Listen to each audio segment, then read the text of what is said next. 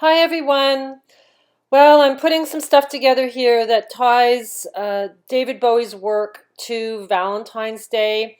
It also ties it to the story of the flood in New York City. If you'd watched my last video and how New York used to be called Netherland, which means Nutterland, which means the sunken city. And we know we have the floodgates in the sunken city that Trump put in. And so there's lots of symbolism going around New York being flooded.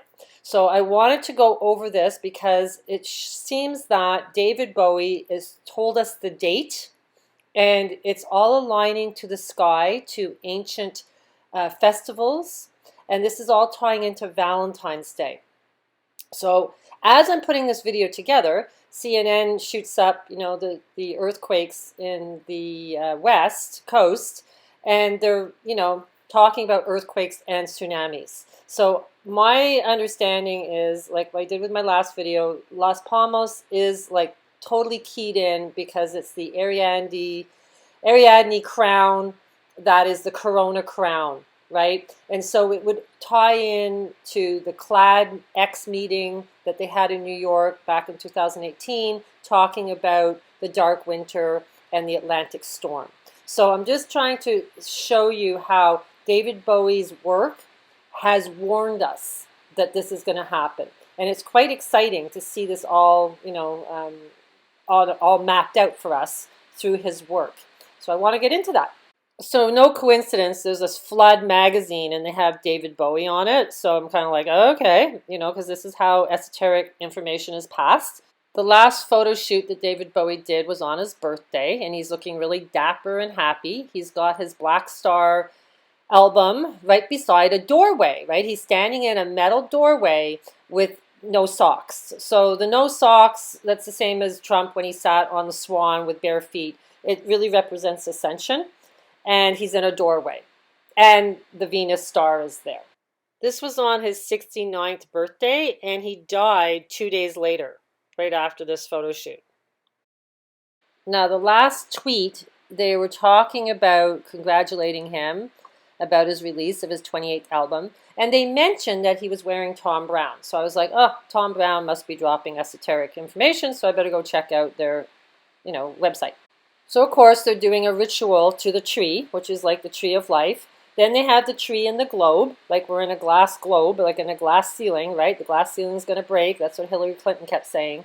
Then they drop it, and, of course, the glass ceiling breaks, right? This is all part of their symbolism. And then afterwards, they're showing tons of presents coming because the gift is being in the present moment, to not be angry, to not be anxious, not be depressed. These are all past and future emotions. And the present emotion is just to be in contentment in the now state. Okay, so that's what the real gift is underneath your tree.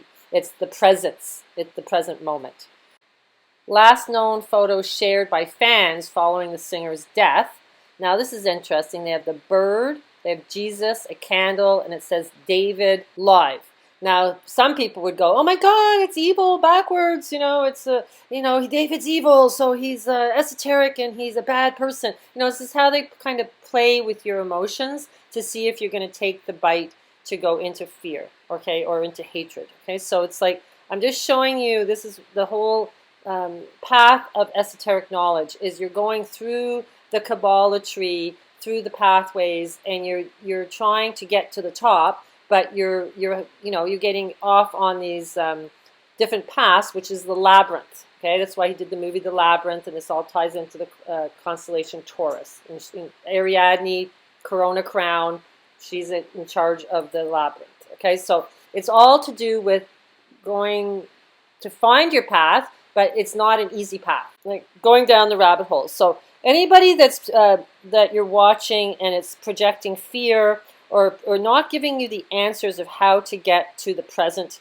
calmness, it's not really a good thing to be watching, in my opinion. Okay, I don't listen to anything like that. I just see everything. I read the news. I don't listen to news, and I just try to stay in a logical bliss state, because everything that's triggering you to get anxious or fearful, it's not good. Even though this video that I'm doing is about something that is not going to be good, and it's going to be, disastrous, and people are going to most likely die, I don't want to project fear onto you. I am doing this video to show you the symbolism and showing you, that this is part of, their symbolism is all to do with alchemy. And I'm showing you what alchemy, the paths are, and the stages of alchemy, and how that's going to project in the outer realm, like in our reality. It's like what we need to go through ourselves or we're not doing is going to be projected outward. And the masses are not doing their inner work, right? So that has to, the evil has to present itself in a material way to show them that they need to do this. What's happening here is more than, just about taking a vaccine. Okay, there's something bigger going on. Okay, so this is, it's in a way it's evil, but it's not, right? Because the darkness needs to help you learn. So I'm just showing you this, but I don't want you to go into fear. I'm just warning you about the date so you can make some logical choices if you're on the East Coast. Okay, so when he produced this show, The Lazarus, he was there, and he was there in black, one of his last outings, I think, and he had the feather on his shirt, which is the symbol of, your heart gets weighed by Isis. She weighs your heart against a feather, and you have to be as light as a feather in your heart to make it through to the upgrade. The last stage of alchemy is red and white, and you have to merge the black and white. Okay, so they're showing us the colors. The last stage of alchemy is called the rubedo, and it actually goes the etymology to rubato. Okay, so this is tempo rubato. Free in the presentation, literally Italian for stolen time, and a music term referring to expressive and rhythmic freedom by a slight speeding up and then slowing down of the tempo of the piece of the discretion of the soloist and the conductor. The rubato is an expressive shaping of music that is a part of phrasing. So it's basically not working in normal time. So you're jumping time. You're jumping in and out of time. And it's also tied to, remember I talked about the Puck building that David Bowie lived next to, and the little golden boy, and it was referencing to Robin. So the word Robin or Robert is all tying into the rubeto.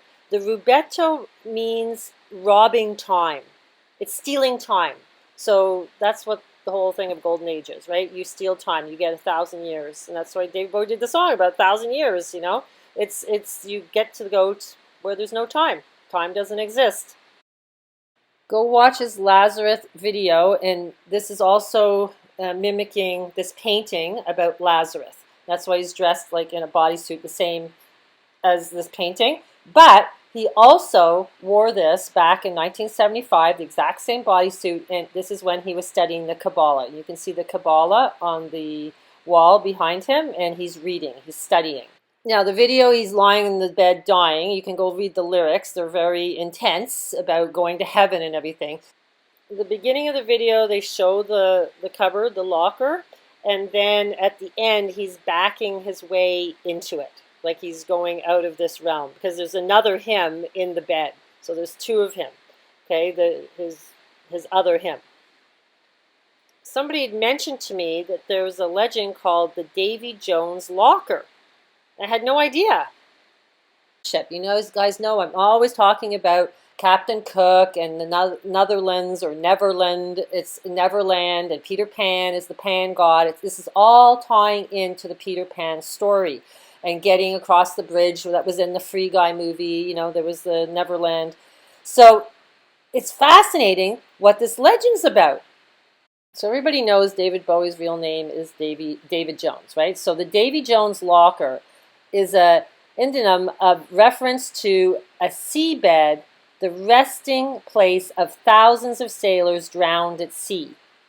So the whole thing about Citus, where the Omicron star is, the Omicron Mira star, the Citus whale takes you to the underground.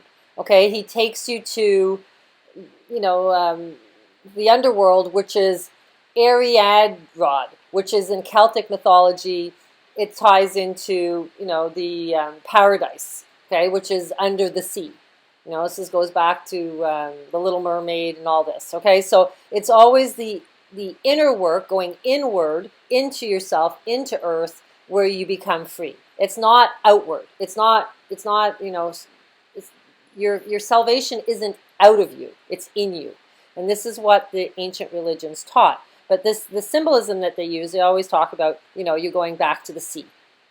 But this is where it got really interesting, because they go, the Davy Jones locker, for the observant, of course, Davy Jones locker is from where Jones raises the black pearl after making a pact with Jack Sparrow in the movie. Not just this movie, but there are many other movies, novels, and poems that have been told us the story of Davy Jones' locker. So I'd never heard of this, but the fact that it's the black pearl, now the black pearl ties into Julius Caesar. He gave this really amazing black pearl to his girlfriend. And, the whole symbolism of the pearl, I've done this in my Mobius strip videos, where the pearl becomes the superconductor around your body. It has to do with the Cheshire charge. It has to do with like a radiation charge. And your body has to have the armor on, which is the pearl. Okay, so the pearl represents also the moon. Okay, the moon in the pearl. So that's the second stage of alchemy. Okay, so the second stage of alchemy has to do with the moon and Neptune. Okay, so flooding and memory of the moon. Moon is water, but it's also memory, right? So it's to do with going back into understanding all the pain in the earth from our ancestors, what they had to experience. It's kind of like transmuting through all that negativity. And that's the second stage of alchemy. And this ends up being a marriage, which was the eclipse on December 4th. Okay? It has to tie into the sun and the moon coming together. First stage is Saturn and the sun. Second stage is moon and Neptune. Go check out his video called The Underground. Okay, and he's talking about, he's showing that you have to go into the inner earth, which is really going inward into yourself. So David Bowie's first attempt to write a show for the play was to do with George Orwell. And he started the project based on Ziggy Stardust. So then he ended up doing Lazarus. So that didn't come to fruition, but George Orwell, obviously he knew that, the world is an illusion, and it's, really, not based on fairness, right? It's like we're just kind of locked in a loop. Funny how they have all the, esoteric planets. The album was shortlisted for the 2016 Hyundai Mercury Prize. Hyundai means like modern of the age, and Mercury is your mind. It's, the top of the Philosopher's Stone. And then they had the show will be broadcast live from the Eventum Apollo. So the Apollo is the first stage of alchemy. That's the sun with Saturn. Okay, so the album was recorded on January 11th, 2016.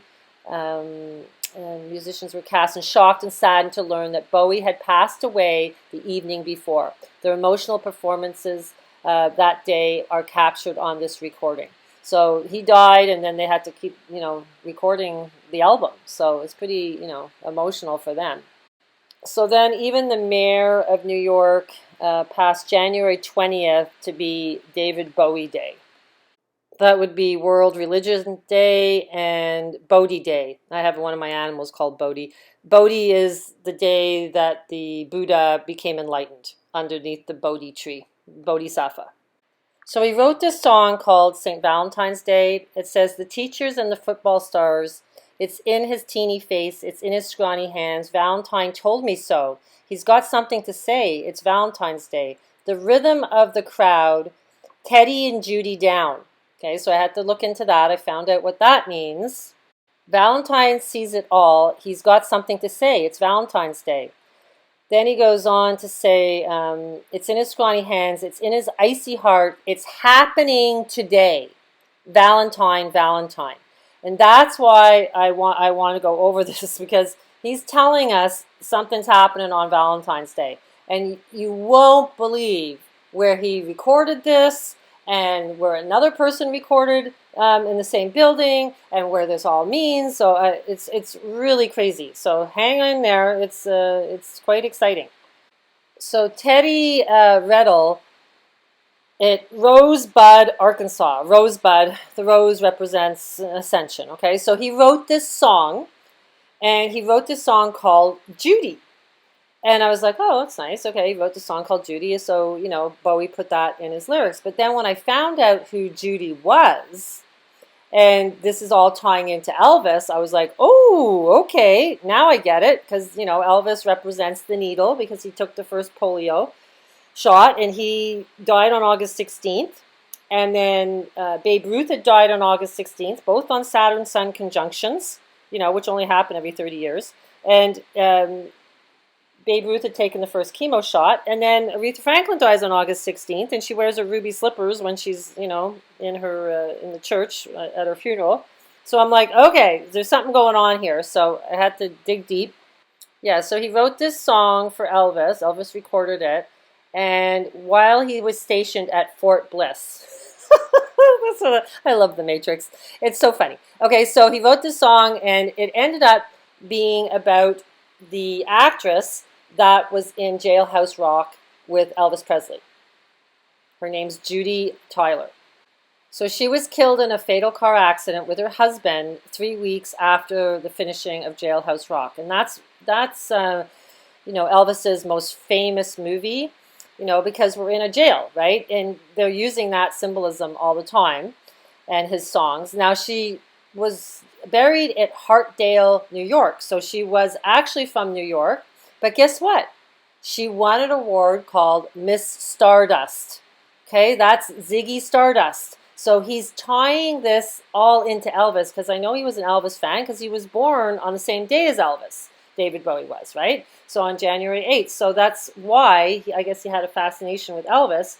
But it's funny, you see how it's all like, okay, there's Ziggy Stardust. We found out where he came from. So the symbolism of the video is he's in this granary. It's kind of this old granary, and he looks kind of dark, right? He's got dark hair, he's got a red guitar, and a white shirt on. So that's the two colors for the last stage of Alchemy, which is the rubedo. Okay, and he's looking intense, and there's water in a gully. He points his hand like he's shooting a gun. Then his guitar looks like a gun. Then he talks about the heels, being under the heels, and then the feet look like, it's, the devil, right? Then he puts his hand across his face like, oh my God, something bad's going to happen. Okay, so now it's more to do with another video that was filmed in this, and he mentions her in one of his interviews. So I knew that there was something linked to her. So he used the same director for his Heathen album, which heathen means pagan. It features Bowie in an abandoned Red Hook grain terminal in Red Hook neighborhood in Brooklyn, New York. And they're saying that the song is all based on anti-gun message. Okay, so I don't think it's anti-gun message totally. I think it's more hidden. There's another musician that used the same building. And to me, it looks like a big giant whale right next to the water, and it's all deserted. They're saying it has to do with Dutch colonists in New Amsterdam in 1636. The name Road Hook, after the red clay soil and the point of landing projected into the upper New York Bay. In Dutch hook means point or corner, not the English hook, that the bent hook. So they're saying, oh, it doesn't really mean a hook, okay? They're just saying it's a point. Like a spear. It could be a spear too. But on July 12th, the British frigates Rose and Phoenix and the schooner Tyroy ran the Quaddle Pass in defiance of a stronger Governor Island works without firing a shot. So, but it's just like there's two boats called the Rose and the Phoenix. Okay, has history to. And this was back in 1776, so that was when George Washington was trying to get control of New York, but he never did. All part of the American Revolution. The etymology of Brooklyn from the Dutch is break. Now we know James Cook died on February 14th, right, in Hawaii. So in Victoria, there's a statue of Captain Cook, and it got vandalized with red paint. So they put red paint on it. Oh, okay. And, it's the Getty image. They want $575 for this picture. I think it was all, it wasn't like normal people vandalizing it. This is just like a photo op. It happened in Victoria. And on May 15th, when David Bowie does that song, The Angels Have All Left, there's Victoria, Ariadne, and Aaron, all in conjunction with the sun. And Victoria represents, May, because there's Victoria Day in Canada, and that all ties to the Queen, but it actually goes back to a more ancient holiday, but it always ties to the Beltane and the maypole, which is like the tree of life that you dance around in May. And that's to do with Victoria Day. Okay, so they take Victoria and then they do something with Captain Cook, and of course it's red, because guess what the color, it's Red Hook. He does this Valentine's Day thing in this Red Hook building. Well, who's got the Red Hook? Walt Disney always has Captain Cook as he's the Red Hook. He has the pirate patch on his eye, and he's like the Red Hook. He's the Red Hook cook. So anyhow, this is tying in to the whole Peter Pan thing again. It's all to do with New York. I mean, you have the Peter Pan buses in New York. It's all to do with Neverland. But I think the symbolism's there, but it has to go through the second stage of alchemy, which is Neptune, the flood. Trump, they say the Trump family loves to go to look at the sculptures of Neptune. That's one of their favorite traveling spots. And then he has the Neptune fountain outside his Mar-a-Lago complex. So Neptune is a really important part of all this, and he brings the flood. He's the god of the sea, Captain Cook. So in the sky, there's these three stars. One comes from Cassiopeia, where the Omega 11529 star is. And it goes from Cassiopeia to her daughter's head, Andromeda, her head, and then to Pegasus. And then that goes straight through to the tail of the whale, of Situs, who's the big whale, right? Who takes you to the underworld. These three stars are called the three guides. Now, in May of next year, I said Victoria and Erin, the goddess of peace, and she is like always holding Plutus, your soul. And then there's Ariadne. They're all together in Taurus in May. But in February, they're all together on the tail of the whale. So the Omicron star of wonder is Mira, and that's in the head of Situs. I circled it in blue there. And heaven, Uranus, that's the phoenix, is tied to Aries, which is like on the head of the whale. And that's the hand of God. That's one of the hands of God, right? The other hand of God is Cassiopeia. So there's two hands. It depends on which path you take. So one is the flood, because you haven't done your second stage of alchemy yourself. And then the other is you go with the beast. Basically, you transform, or you want to say go through a type of death, and you go with the beast, and you go through the veil of the water to the underworld. Okay, and this is where the mythology all comes in. Now, in the I Pet Goat movie, they show the whale. I don't think too many people have caught on to this, but I'll show it to you. The BBC had shown pictures of inside a whale. You see how it looks like, the tonsils hanging down? And this is in the I Pet movie. So you're inside the whale, and the guy that's inside there gets his wings.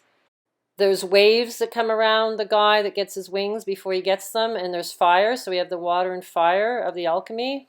Jesus comes out of the whale. They show the institutional religion of the church collapsing, and you can see that's inside the whale. Situs is connected to Pisces, which is spirituality. So the soles of your feet, the fish. Okay, so this is tying to the underworld, because Situs is below the ecliptic, and Pisces is above. So this is why they're collapsing the institutional church as you're coming out of the whale, as Jesus comes out of the whale and realizes, he's not part of that anymore. They show the hand of God coming out and doing a laser to the tower. I'll get into that. It's part of the Kabbalah. And at the end of the video, I'll get into that because Bowie was teaching us about that. And the Ariadne red string that gets you out of the labyrinth. And you see he's holding a red and white tube. That's the last stage of alchemy. So you transform, you go through Scorpio, which is the house of death. That's transformation. And then all this is going to happen in the tiger year because he's grabbing her back and she's got a tiger on her back. Okay, it's the year of the tiger starting in February 2022. So the moon is almost full. It's like 2 days before it's full, but it's right on the gateway of man in Cancer, right? That's the only constellation ruled by the moon. So the moon is right in, and it's also known as the beehive cluster, so it's a really important location, and the moon is there, right on Valentine's Day. And Cupido is there as well. So this all ties into Valentine's. But it's funny, there's this chain of stores, the Red Hook, which is like the anchor, and they have a crab, right? So I'm like, oh my God, like, I don't know. It's just, is that a coincidence? I don't think so. Okay, so the other artist that David Bowie has endorsed is Lorde, and she did this video called on her record called Team, and she did it in the same location as he did Valentine's Day in the Red Hook building.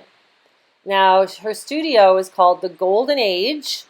Her song is 3 minutes and 13 seconds long, and 3 is the Empress card, which is the door, and 13 is Death, which is Scorpio, which is Mars, which is in the constellations is the door, right? Going out Scorpio Ophiuchus, that's the door.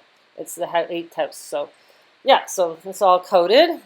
So when the critics are talking about it, they're mentioning it's at the Red Hook grain terminal in Red Hook, but they're also saying that it's comparable to The Master. I don't know that show, but I guess it has some similarity. The Hunger Games. Okay, and she's like Katniss Everdeen in the Hunger Games. Okay, so it's like they're referencing, the same theme. Now the grain terminal is right by the ocean, so they show the ocean, and the guy's got like a mask on, right? And he's being initiated to see if he can get into the team that's inside this big whale building. Okay, so then one of the team members sees there's a red ball.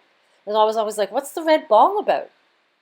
The red ball is about Valentine's Day. Okay, so the ball means Lorde. She's Lorde, right? Or the Master. See, they're referencing her as the Master. And is mentioned throughout the Bible as the god of pagan. God warned his people not to worship or even tolerate the ways of Baal. Okay, so then they're saying Baal, which is similar to Baal, meant heart. And this is where the Valentine's heart symbol originated from. Okay, so you're worshiping Baal. But Baal is the master. He's probably the master of this realm, right? We're stuck in this freaking looped realm where you're just a slave. So he controls this realm. It's, it's basically the pan god. It's Saturn. He controls this realm. So David Bowie's song was called St. Valentine's Day. She's not mentioning February at all, but it is in the video, okay? So Juno Februata is the month of February. It represents Pan and Juno, okay? And this all ties to Valentine's Day. On this occasion, amidst a variety of ceremonies, the name of young women were put into a box from which they were drawn by the men as chance directed. So then they ended up having, relations with these boys for a year, okay? So they had these sexual relations. It says here they concluded that at the festival of Liber-Calia had commenced about the middle of February. Okay, so it's tied to, this tradition is tied to like St. Valentine's Day. So this is kind of where it's coming back to. And this all happened in Rome. And the whole month of February is tied to Rome. And you have to remember, Washington, D.C. was originally called Rome. Okay, so it's called the Rome Lupercalia Festival. And so it's for Juno Februata, February 14th. So Valentine's Day represents Juno, the month of February, and Pan. Well, Saturn is Pan. That's Capricorn. Capricorn is Pan, right? So he's the green man. He's Pan. And Juno happens to be in Capricorn on February 14th next year. So there she's dressed in the 2 stages of alchemy. Half of herself is black, half of herself is white. And she's inside, and they're kind of like sweating, and there's fauna all around them. So it's like they're in, this paradise. And this ties into Cassiopeia, because Cassiopeia holds the palm. So now we talk about Cupid. It's Latin verb for cuper, meaning to desire. Cupid was the son of Venus, Roman goddess and beauty of love. Okay, so also known as Eos in ancient Greek. He was the son of Aphrodite. According to the myth, he was responsible for impregnating numerous gods and mortals. Cupid was a childlike archer. So remember Nimrod. He was a skilled archer. Mythology describes Cupid as having both a cruel and happy personality. He would use his invisible arrows tipped with gold to strike unexpected men and women, causing them to fall madly in love. He did not do this for their benefit, but he would drive them crazy with intense passion to make their lives miserable and to laugh at the results.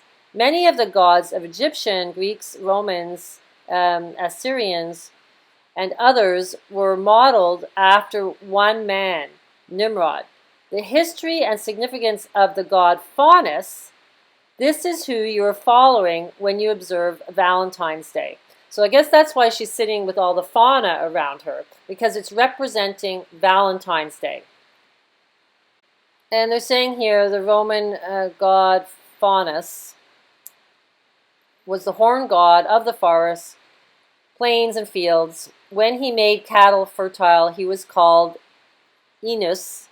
He came to be equated in literature to the Greek god Pan. So they're all the same being, right? It's Saturn, Capricorn. But he's related in mythology to Neptune. So there's an image of Faunus taken at the Fountain of Neptune in Florence. And this is where the Trump family go, to this fountain or this sculpture of Neptune. So she's there, singing, and then they're all drinking like tons of water, and they're sweating. Okay, so it's almost like they're purging, and cleansing. Now, this is where it gets tied really to February. Okay, so the month of February is known for purification. It's a purging date. It is known as Februalis and gave the namely variety of to Juno. Okay, so it's related to Juno, so we know that. And it's to do with purging now and cleansing. And it has to do with, describes a cult image of the Lycian god whom the Greek called Pan and the Romans Lupercus, as nude save for the goatskin girdle. The statue stood in the Lupercal, the cave where tradition held the Romulus and Remus were suckled by the she-wolf Lupa. The cave lay at the foot of the Palatine Hill on which Romulus was thought to have founded Rome. Okay, so Rome was named after this one twin, and they were suckled and nursed by a wolf. Assisted by Vestal virgins, the Luperci male priests conducted purification rites by sacrificing goats and a dog in the Lupercal cave of the Palatine Hill, where the Romans believed the twin Romulus and Remus had been sheltered and nursed by a she-wolf before they eventually founded Rome. You got to remember, Capricorn Yes, it's Pan, but he's also a she-wolf. Okay, the Capricorn is mythology to the she-wolf. Clothed in loincloths made from sacrificed goats and smeared in their blood, the leprosi would run about Rome, striking women with fibra, thongs made of skins of sacrificed goats. So the leprosi believed that the flogging purified women and granted their fertility and ease of childbirth. February derives from februa, of means of purification. To the Romans, February was also sacred to Juno Februata, the goddess of fever. That's why they're all sweating in the video. They're all sweating, okay, because it has to do with fever, purging. Fever of love, and the women and marriage. On February 14th, billets, small pieces of paper, each of which had a name of a teenage girl written on it, were put into a container. Teenage boys would then choose one billet at random. The boys and girls whose names were drawn would become a couple, joining in erotic games at feasts and parties celebrated throughout Rome. After the festivals, they would remain sexual partners for the rest of the year. This custom was observed in the Roman Empire for centuries. So there you go. That's the whole meaning of February. But it's a purging, and I do believe it has to do with the second phase of alchemy, right? It has to do with water and Neptune, purging. So that's why I think something's going to happen in New York, because it's all tied to La Palmas, the hand of God, and then, you know, the whole thing with, you know, La Palmas being Ariadne. There's a mountain there called Ariadne. So it's all tying to this. So they're doing it on like a cleansing on a large scale, right? Because if you haven't done the inner work, then you're gonna sweat. You're gonna purge it out. The purge. So then the video goes on. The initiate, to get into the Red Hook building to become part of the team, he has to fight. So they give each motorcycle player, one's got a black helmet, one's got a white one, and they have like a stick in their hand, and they have to like do this duality, right? That's again this first and second stage of alchemy, the black and white. So then they start racing towards each other, and you can see the big giant building there. See, it looks like a big giant whale, right? Like it's right on the ocean.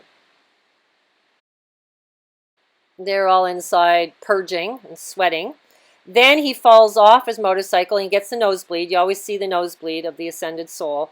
And then they carry him in on his back. You can see it here. He goes into the room with them, and he makes it to the team. So the movie The Purge, the first Purge in 2018, had taken place in New York City in the borough of Staten Island. That all ties into the American Revolution with the British. And then they got a delay on the Forever Purge in May 2020 because of the pandemic. And this was all about the Founding Fathers. And something goes around where they have to do a purification of the country. The Untitled Sixth Purge is supposed to be Escape from New York. Okay, it's just bizarre. Valentine also ties into Norse mythology, and because it's the ash month. And the ash is the ash tree. It's like the Yggdrasil tree. So ash is one of the mightiest trees, a huge physical specimen when mature, and also a tree some of the most impressive myth, meaning the folklore around it. It has deep roots. The Celts interpreted three distinct things from this tree: expansion, growth, and higher perception, or perspective, sorry. The incredible complex root system also symbolizes remaining grounded despite how much growth was taking. So the whole thing is to be grounded. Okay, so the month of February, I'm pretty sure with all this symbolism, you know, they're going to do something. So the world tree, the Yggdrasil, was the almighty ash tree, and joined together the heavenly realms in its branches and the earthly realms in its trunk and the realms of the underworld through its roots. That's where the memories are, right? The spear of Odin was made from the branch of this tree, which is also known by the Celtic name Neon, pronounced Neon. One of the three trees sacred to the Druids, the ash, the oak, and the thorn. The month of ash tree is good month to do magic that focuses on the inner self and spells that focus on spiritual journeys and prophetic dreams. The ash was also used for the Yule log, so it goes into Christmas. Now, this ash and oak and thorn, I went and listened to the Puck story. It's on YouTube. And the beginning, he's singing a poem called The Ash and the Oak and the Thorn, the little Puck character from New York on the Puck building. Ash before oak, we surely get a soak. So that has to do with water. Oak before the ash, we shall only get a splash. The Greek god of the sea of storms, Poseidon, was associated with the ash tree. The Norns watered and tended to the tree and covered its bark with clay to protect it. They also gave the burnt fruit of the tree to women in childbirth, and so is association with childbirth as well. The ash tree is about balance and stability. Its roots grow to the same size as its branches, which means that the tree is very stable and grounded with a good inner balance. As the world tree, it provides balance between earthly realms, the heavens, and the underworld. Yeah, we know that. So there you go. This is all to do with February. It's friggin' amazing.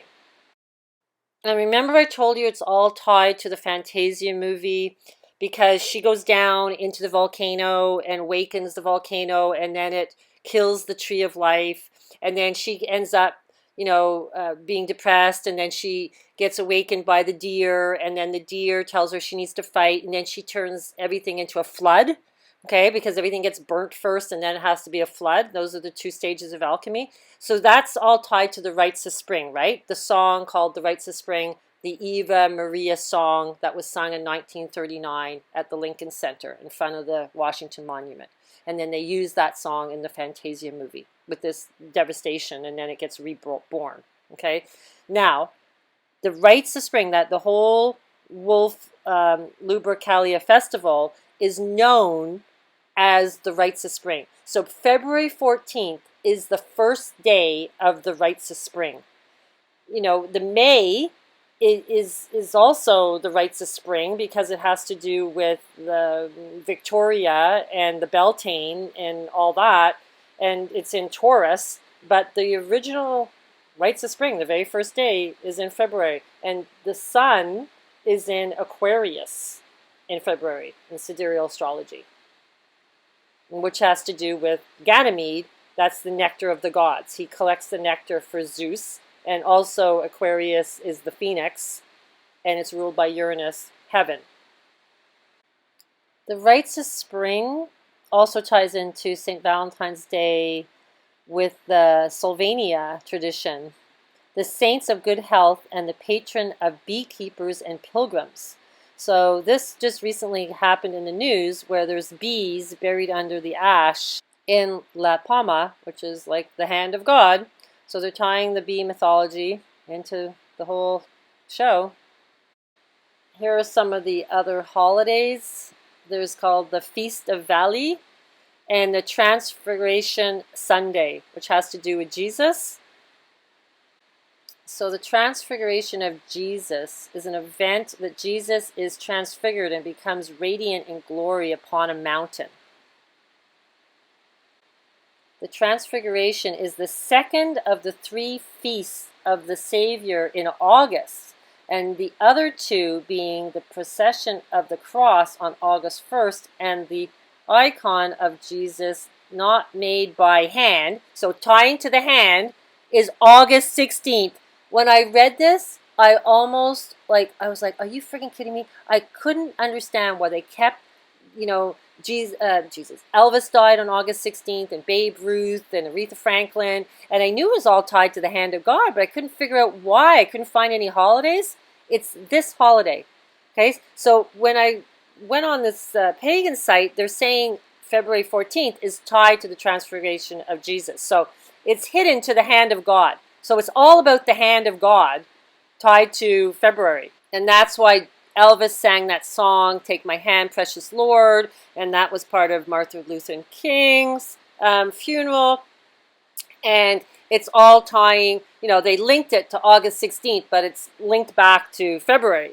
So this is like huge. This is all to do with the Tree of Life. And then the ash tree, the Yggdrasil, is also in February. So there's no way something's not going to happen in February.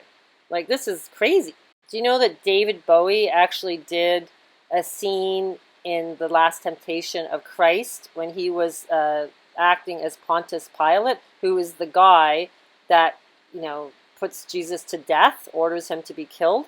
But I watched the little clip of it, and he says to Jesus, he says, so what are you trying to do? What are you telling people? And he says, where's your kingdom? And Jesus says, my kingdom isn't here.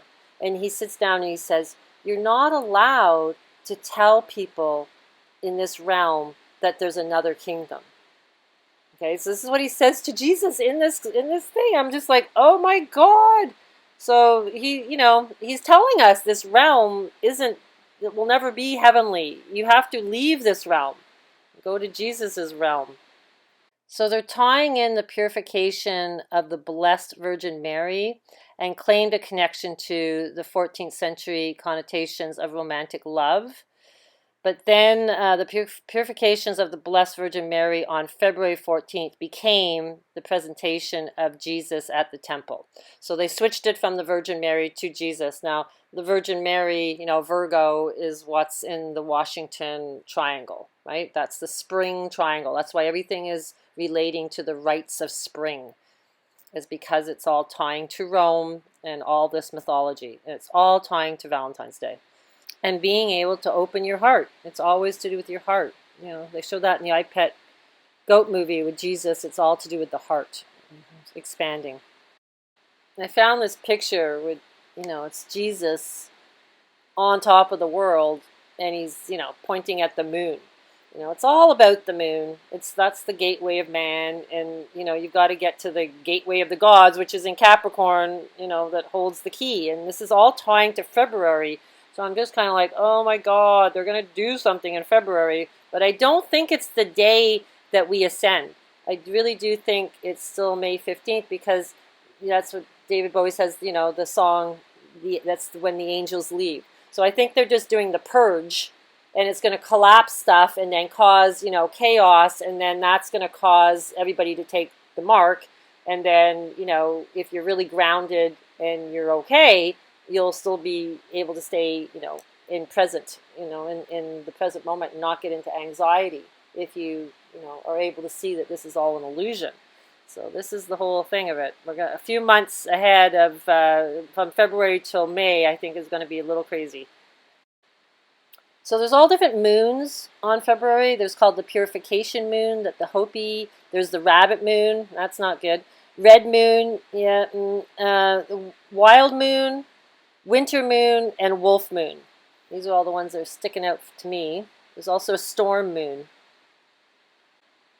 And we have the dark storm moon in Janic traditions. So big winter moon. The nuts moon. Yeah, it is nuts. The hunger moon. The horny moon. Oh my God. Oh my God. February is going to be crazy.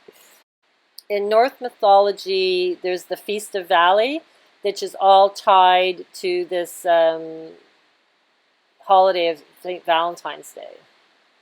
St. Valentine's has no demonstrable association with Valley, nor to the thinly disguised heathen Lupercalia rites, which take place on that day. Nevertheless, many heathens make blessings to this god at this time.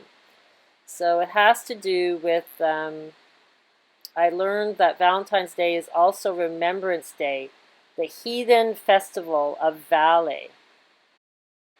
And Bowie did have a Heathen album, which is kind of like upside down, and he's looking up to the sky.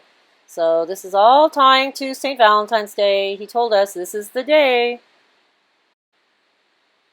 The son of Odin was killed at the age one night. He will not wash his hands or comb his head until he puts on the funeral pyre Baldur's adversary. So this is part of the 33rd stanza. Again, it's associated with the renewal of marriage. So the first and second stage is the marriage, right, in alchemy. So they're saying here, sometimes we place empty plates on the table for Baldur, and this is a time to toast and remember those no longer with us. The Feast of Valley is also a good time to reflect on evil acts and hatred that we hold in our hearts. It is time to just let these feelings go. So it's a purging. It's the whole Valentine's Day is basically purging the hatred. The hatred and the fear and the division. So with a really big catastrophe event happening on the East Coast, it would tend to do that. People have to unite, right? It forces people to unite. But then again, maybe people won't. So, it's all about karma. Hail, Valley, bringer of the new light. Your shaft pierces winter's heart and the promise of new spring. Hail to you, and may your light enter our hearts as well. Be with us, Valley, son of Odin and Rind. May you forever dwell always in the homesteads of our people. We hail you as defend of our family. Now these two twins, Romulus and Remus, were born in Alba Longa. Alba, it means white. That would be the second stage of alchemy. And their mother was Rhea Silvia, and she was a Vestal Virgin. So we got that tied into it, the Vestal Virgin. Now their father was Mars. And that's why David Bowie is really associating everything to Mars, right? Mars is the I am, it's Aries, it's also Scorpio. It's the house of transformation that Pluto rules also. Scorpio Fucius. So this is, death. It's the death card. Okay, so this is really important, okay, because when I looked at the sky, guess what? Guess where Mars is? Exactly where Elvis and David Bowie were born. Mars is in conjunction with Venus. Okay, this is really important conjunction with Vesta and Valentine. It's like, oh my God, it doesn't get any better than that, right? So we have a Mars-Venus conjunction. Now, when they created this constellation for Bowie, they definitely made sure that Mars was in close vicinity to it when they did it. And Mars was like on Shambhala, on the heaven star. Okay? And part of it goes up to Spica, his constellation. I showed this in another video. So it's always linking to Mars. Venus and Mars have a relationship. They end up having an affair, and Vulcan gets jealous. She has an affair with Mars, the product of which is her beautiful daughter Harmonia. But Vulcan suspects what is going on. Being a blacksmith, he fashions a fine metallic mesh where Venus and Mars gets ensnared on a couch. They are then both humiliated in front of other gods on Mount Olympus. I decided to use this story. This guy's using it with his novel. Mars, son of Jupiter and Juno, so that how Juno ties into the month of February, and Mars is her son with Jupiter. He was unpopular with everyone. He liked to fight always, although whether he won or lost mattered little. He just liked trouble and havoc, which is his companion Discordia, so discord. They carried a band of spirits with them: pain, panic, famine, and oblivion. So Venus was born in the sea. Unlike Mars, she was not into creating havoc, but caused it if someone scorned her vanity. So she's part of what started the Trojan War. So it was because of her being upset. So she has a good and bad side to her, as well as Mars does. So they have entanglement together. So this Mars-Venus conjunction happening on Valentine's Day is all tying into the mythology. This is weird. If you go back in history, they put Venus in there. 1894, Venus is both the morning star and evening star. It's like, hello, we're linking Venus to, Valentine's Day. Pay attention. It's just so funny. So they tie really to this tower of the Rapunzel. Okay, so this is like the mythology ties to that with the tower. Okay, so when they had the I Pet Goat movie, the hand of God was coming down when the crone is in the tower. So she's inside the tower, and then they have the little heart beside it, which would be Venus with the tower. Now the tower is ruled by Mars on the Kabbalah tree. Okay, the tower card is Mars. The Rapunzel story in the tower ties into the heroes entering into the belly of the whale being the analogy to the underworld and the feminine. Raven of the Eskimo and Jonas and the whale are good examples. The death rebirth myth of the Egyptian god Osiris, who was killed by Seth's brother and then revived by the goddess Isis, partner lover, and Nephthys, the sister. So there you go. It's the whole thing about the tower is all tied to the whale, Sitis. It's all symbolism. And it's the tower has to do with Mars and Venus. I circled it here in blue. Okay, it's like red. And that goes from the Sephiroth that Mercury rules and then Venus. Okay, so it's going across horizontally. And that's the tower card. And it's ruled by Mars. Okay, so Mars rules that. Mars also rules the fifth Sephiroth. And then the next card there is Justice on that line between the fifth to the sixth to the seventh. The sixth being the sun, Apollo, right, which is the first stage of alchemy. And we have Mars and then Venus on the 5 and 7. So what's interesting is Mars rules the fifth. The Justice card, which is the number 11 card, is ruled by Venus. That's Libra. Then we have the 6th, the Sun.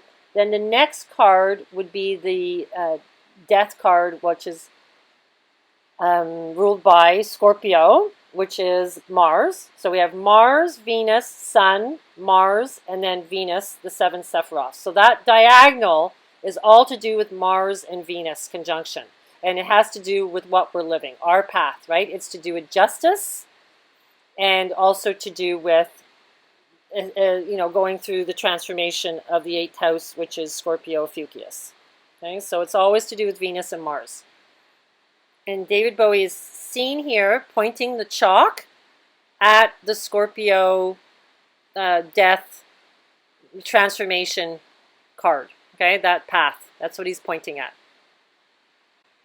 And when you go on the Luciferian tree of life, they have that path goes to Baal, is Venus. Okay, so that's right. Baal is the heart. Okay, so they said that in that article. Baal is the heart. And the Astaroth, which is the evil entity that's in the Omicron video that's trying to take over the world, is ruled by Jupiter. Jupiter is Zeus. Zeus does not want you to leave this realm. He's very nice to you if you stay in this realm. Gives you good luck and fortune as long as you work and you're ambitious. But if you decide that you don't want to be in this realm anymore, he's not the nice guy. Okay, so he doesn't want you to drink the nectar of the gods.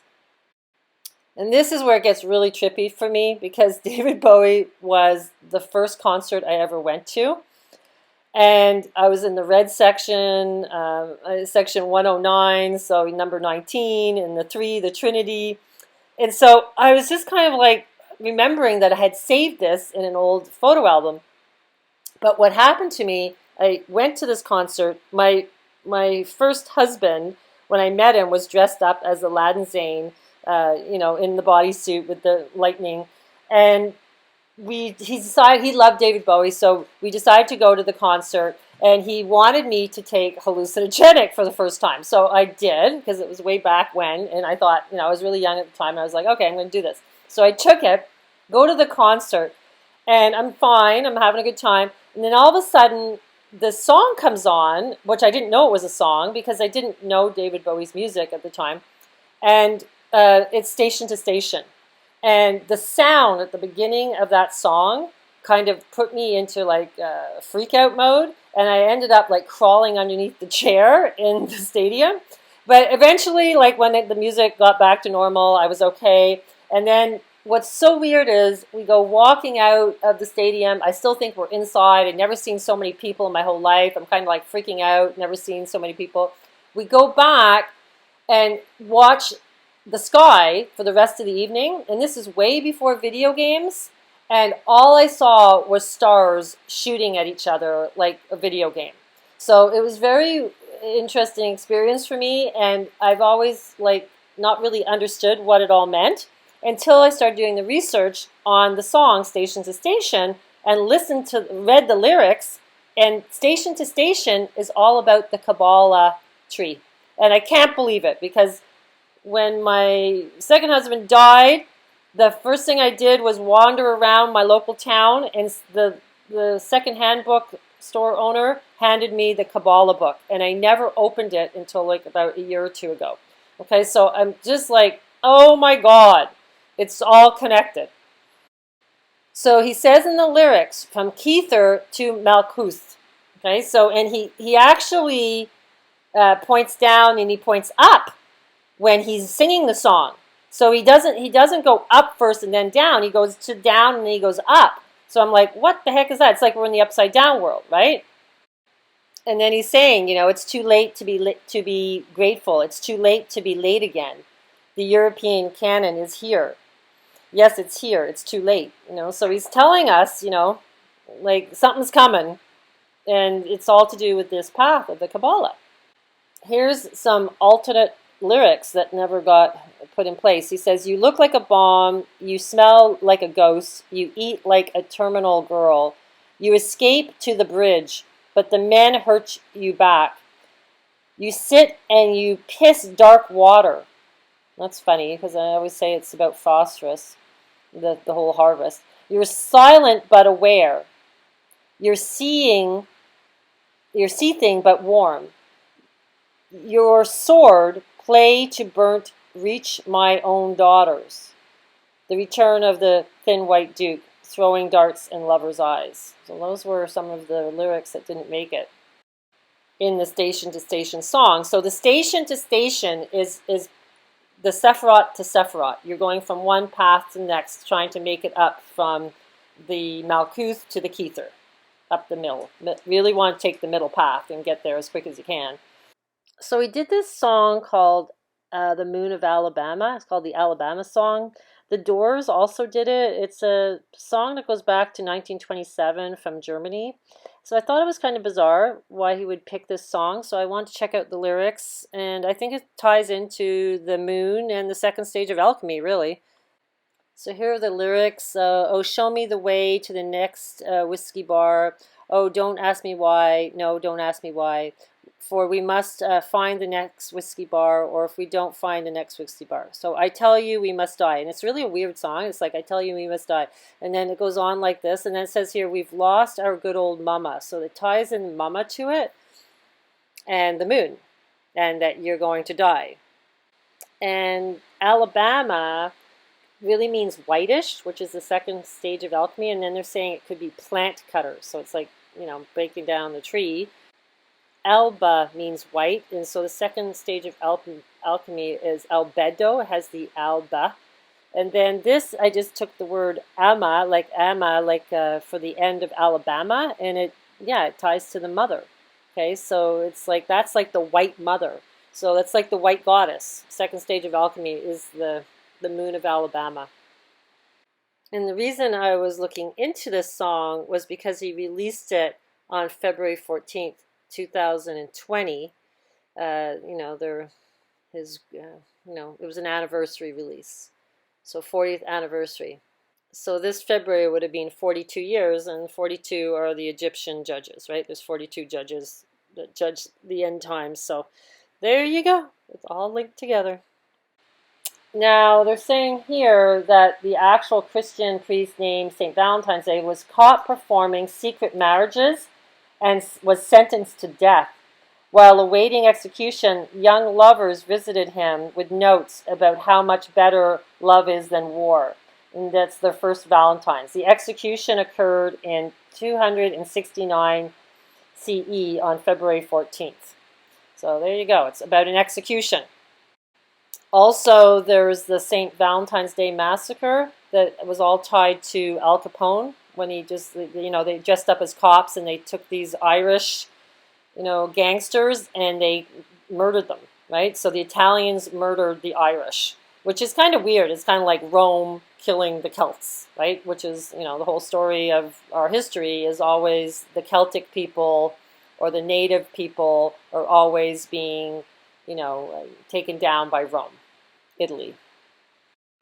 And this is weird. It happened at 10:30 on St. Valentine's Day, Thursday, in 1929. 7 men were murdered at the garage at 2122. Well, what's next year? It's, it's 2022, but the one is always like, but it's also interesting. It's the universe and the Fool card, 2122. So we got the 222 all linking. We also had the Parkland, Florida school shooting. It was on February 14th in 2018. 17 people died. So the 17th card is the star card, is Aquarius. Okay, so it's also Q. In the sky, we have Spica on the helical rising. This is at 11 o'clock at night. The moon is right on top of the southern pole, like the southern cardinal point. And then we have the hand of God, Uranus, at the west. Okay, so this is Eastern Standard Time. Bacchus is in the Golden Gate. Osiris, who's kind of like the tree, is in the Great I Am, Aries. Mars. The Sun is in Aquarius, but you also see Diana. She's the second stage of Alchemy. She's with Saturn, with Juno. Diana and Juno are both associated with the moon. Here's a few different events that tie into February 14th, that ties into the whole storyline of the needle and the tree of life that I've been working on here. So Aretha Franklin's all part of this because she died on August 16th. And this, I explained how this all ties to February. And so that was her Respect song that she did. Jacqueline Kennedy did a tour of the White House. Well, the White House is tying to Dionysus and going to the underworld. I explained that in one of my other videos. It's ties to Boots constellation, which is Dionysus. The Arcturus star in the Spring Triangle lines to the Washington Triangle. And then Whitney Houston released her album on Valentine's Day, but interestingly, she died in a bathtub in water, and so did her daughter. So that's linking to the water. Silence of the Lambs, that was also released on Valentine's Day, so the sheep will be silenced. First photograph ever taken of a president was on Valentine's Day, so it's almost like the reflection of the self. Then the Gone with the Wind movie. So, Trump had mentioned that a lot. He's said that, talked about that movie a lot. So that's really important, Gone with the Wind. So it's in a reference to the movie Parasite, and he said, oh, Gone with the Wind is better. But it's interesting in this article, they're calling it the doggiest dog whistle. And then, February 14th has to do with wolves, dogs, it's the same. So there you go. And then in 1349, 900 Jews were burnt alive in Strasbourg, and similar number banned from the city after being blamed for the spread of the Black Death. So it's like there's a plague, they're getting blamed for it, so there's, it's this history kind of repeats itself, right? The blame game. So somebody that studied alchemy had done this article all about Bowie. So Bowie's final video bears the name of the significant biblical ger Lazarus. In the New Testament, Lazarus died of an illness and was resurrected 4 days later by Jesus Christ. In the context of Bowie's terminal illness, the title Lazarus conveys the idea of immortality, while playing with the constant ideas of him being from another world. So is he from another world? Who knows? In the video, Bowie's plays the role of the same character as in Black Star. He has the bandage across his eyes, right? Look up here. I'm in heaven. I've got scars and can't be seen. I've got drama, can't be stolen. Everybody knows me now. From a dresser closet, like in the corner of the room, possibly symbolizing a portal to another dimension, emerges another Bowie, the ambivalent, eternally young Bowie.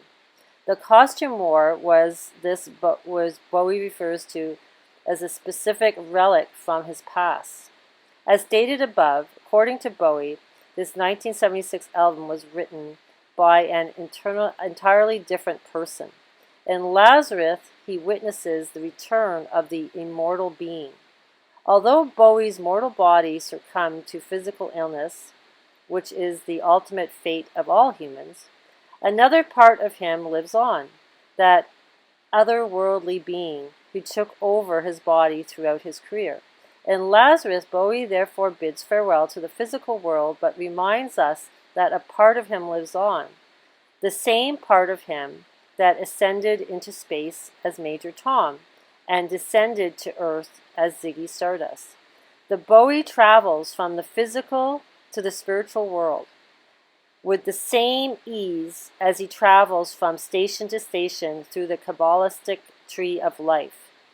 So although Bowie's career spanned several decades, produced 28 albums, and exploited all kinds of enigmatic concepts, one aspect remained constant.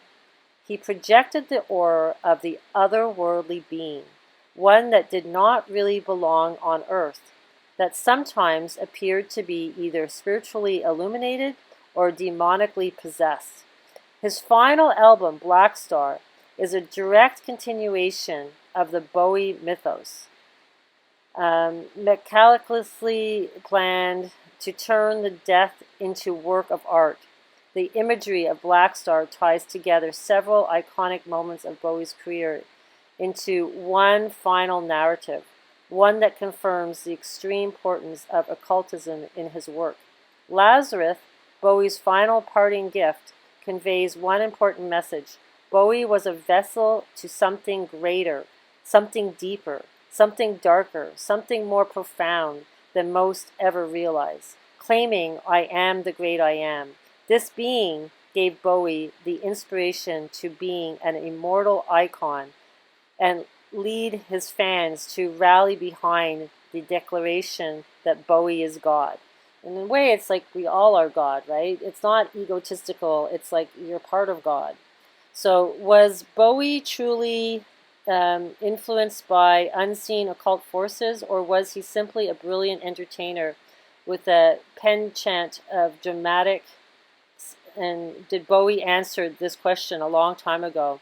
I'm closer to the golden age, immersed in Crowley's uniform. I'm not a prophet or a Stone Age man, just a mortal with the potential of a Superman.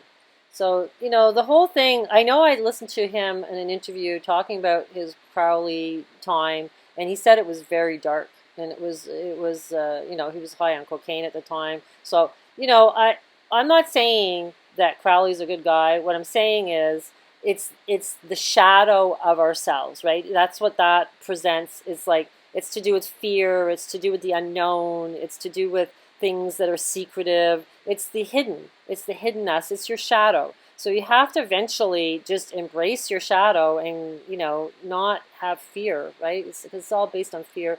And Pluto is your soul, and he wants you to face your fears. And then once you can face your fears, you can walk through the doorway, okay, and transform to the other realm. But this is amazing. This is the photo of him 2 days before he died. And to me, he doesn't look like he's like worrying about dying, right? He's quite laughing. He's laughing at the devil. So good for him. If he's dead, he's dead. Or if he's still alive and with us, it doesn't matter. The point is, he showed us that you have to transmute yourself. You have to go through this stage of alchemy to get to the higher realm of laughing at life, right? That's what it's all about. Stay in bliss, laugh at life. So that's about it. Hope you guys enjoyed it. I appreciate everybody's efforts when you send me links that you found and seeing the symbolism. It's really wonderful. I know some of you have asked me to watch movies, but some of them I can't get because I don't have Netflix. I try to go on Soapbox 2 to get them, and some of them aren't there. And what else? I want to thank you guys for supporting my channel and helping me with taking some readings. It's really nice to talk to you, and I feel like there's a community now that that we're all kind of letting go of all the negativity. So that's really wonderful to just have the opportunity to chat with you guys.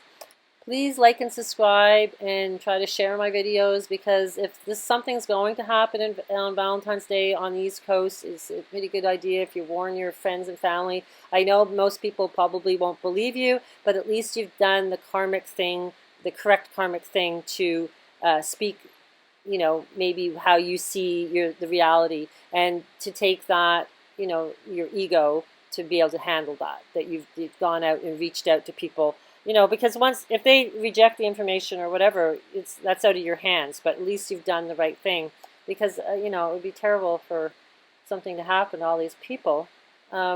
So if this goes down, now I guess the best thing to do as we get closer to February is to stock up on some food, and if something like this happened in the United States, the food chains, everything, the power, the internet, everything would go, the economy would crash. So we need to think about that. And we also need to, as we get closer, to kind of keep an eye on where the elite are. Where's Trump? Where's Obama? Are they on the East Coast? What's going on?